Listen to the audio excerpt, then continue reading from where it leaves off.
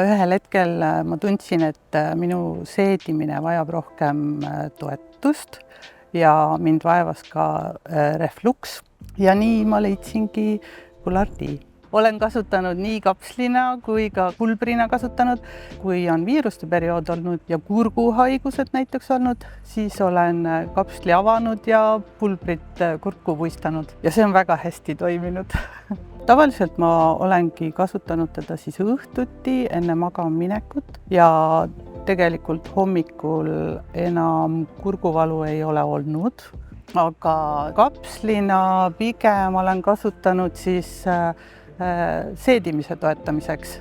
Olen küll märganud, et seedimine on rahulikum ja tasakaalukam ja et see on otsest mõju avaldanud küll.